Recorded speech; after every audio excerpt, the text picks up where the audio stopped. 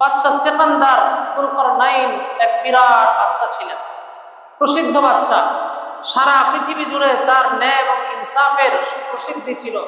ইনসাফগার, বড় ইনসাফগার বাদশাহ ছিলেন। তো তিনি ইন্তেকালের পূর্বে তার কাছের মানুষদেরকে ডেকে বললেন, আমি তোমাদেরকে একটা কথা বলবো, সেই কথাটা তোমরা রাখবা। তো উপস্থিত সকলে বলল, আপনি এমন একজন ইনসাফগার বাদশাহ, আপনার সুনাম সুখ্যাতি এবং আপনার সুকীর্তি, আপনি এ যাবৎ যত ভালো ভালো কাজ করেছেন এই সমস্ত সুকীর্তি তো আমাদের সামনে একদম দৃশ্যমান।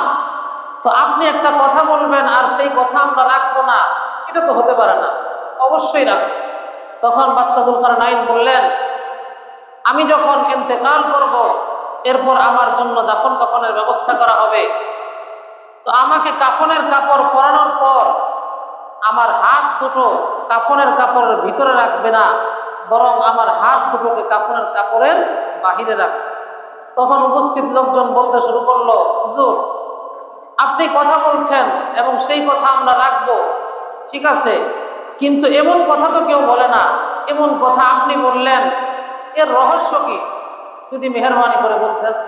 তখন বাদশাহ যুলকারনাইন বললেন, দেখো, আমি এটা এজন্য বলেছি যে আমার দুনিয়াতে সোনা গয়না ধন সম্পদ অ্যাসেটের কোনো অভাব নাই, কোনো কিছুর কোনো অভাব নাই, কিন্তু আমি এই ওসিয়ত করেছি এজন্য যে আমার পরবর্তীতে যারা আসবে তারা যেন আমার থেকে শিক্ষা গ্রহণ করে যে বাদশাহ যুলকারনাইন এত বড় বাদশাহ ছিল, এত কিছুর মালিক ছিল, যার কোনো কিছুর অভাব ছিল না, সে দুনিয়া থেকে যাওয়ার সময় কোনো কিছুই সাথে নিয়ে যেতে পারে না, সে খালি হাতে ফিরে গেছে।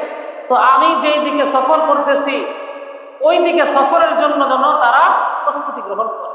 দুইটা জিনিস, এক হচ্ছে তারা যেন আমাকে দেখে এই শিক্ষা গ্রহণ করে যে দুনিয়ার কোনো কিছু, সেটা ক্ষমতা হোক, দাপট হোক আর ধন সম্পদ হোক, কোনো কিছুই দুনিয়া থেকে যাওয়ার সময় সাথে করে নিয়ে যাওয়া যায় না।